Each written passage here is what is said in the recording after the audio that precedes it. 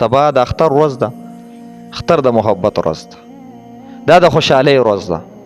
په دې ورځ الله تبارک وتعالی بندگانو ته خپل میلمانه ویلي دي. الله وایي تاسو زما میلمانه یې. په دې ورځ چې څوک روژه کېږي الله وایي مه روژه کېږه، نه کې روژه کې څونه ثواب دی.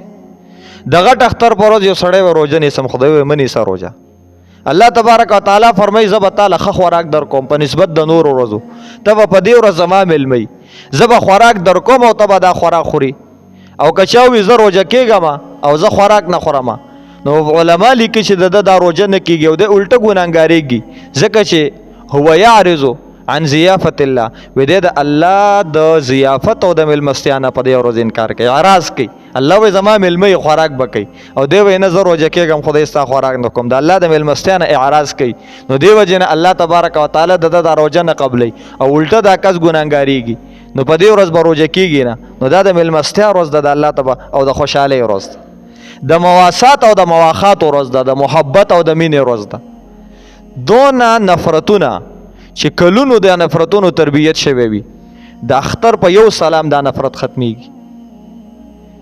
چې کلونه د یو نفرت پړونو کې د هغې پالنه شوي وي او دا ساتلی شوی وي، د اختر په یوه غاړه چې معانقه ورته ویلی کېږي د هغې بیخ او بنیاد وځي.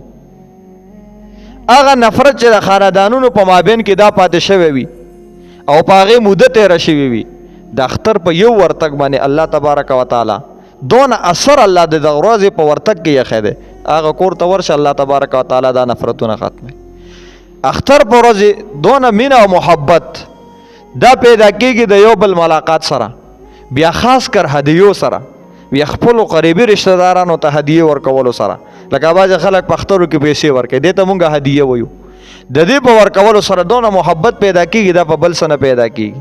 دا 10 روپۍ ولې نه ته ماشوم له ورکړي، د ماشوم په زړه کې ستا دپاره محبت پیدا کېږي. او بیا خاص کر خویندې چې دا واده شوي وي په کورونو کې، دا د خپل لالا انتظار کوي په دې ورځ، دې وره ته ګوري د خپل رور انتظار کوي په دې ورځ، د خپل بابا انتظار کوي په دې ورځ چې زما بابا به کله راځي.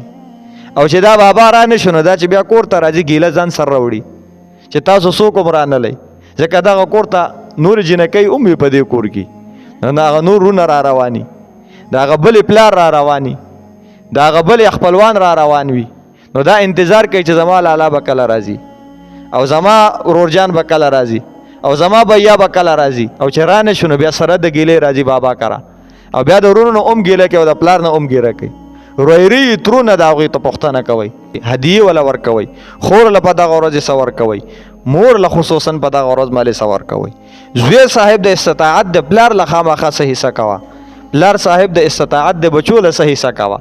مشر ورور دی او تا سره په روپو کې هم برابر دی، یا مثلا تا نه په روپو کې هغه هم ډېر دی، ته هغه له 10 روپۍ ورکړه دا ستا اختر دی به تورې هدیه، ته هغه مسکا ته ګوره هغه تا ته څونه خاندي، ته هغه د چهرې اثراتو ته ګوره. 10 روپۍ وله ورکړه که ستا نه ډېر د پیسو خاوند دی، یا د ګاډو خاوند دی، ته وله 10 روپۍ ورکوه دا زما د طرف نه ستا اختر دی.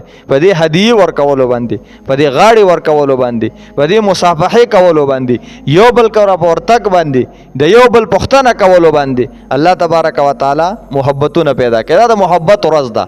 نفرتونه الله تبارک وتعالی او د اختر نه مخکې دا اراده وکړي چې د دې اختر نه پس بیا محبتونه شروع کوو. دا د محبت ورځ د هر کال الله تبارک وتعالی دا محبت تازه کوي، دا نفرتونه ختمي. دوباره د دې آغاز کیږي د ابتدا نه، دې ته استئناف ویل کېږي په لغت د عربی کې. اثر نو الله تبارک وتعالی دا کال دوباره چلی، دا محبتونه الله تبارک وتعالی دوباره شروع کوي د دې ځینه.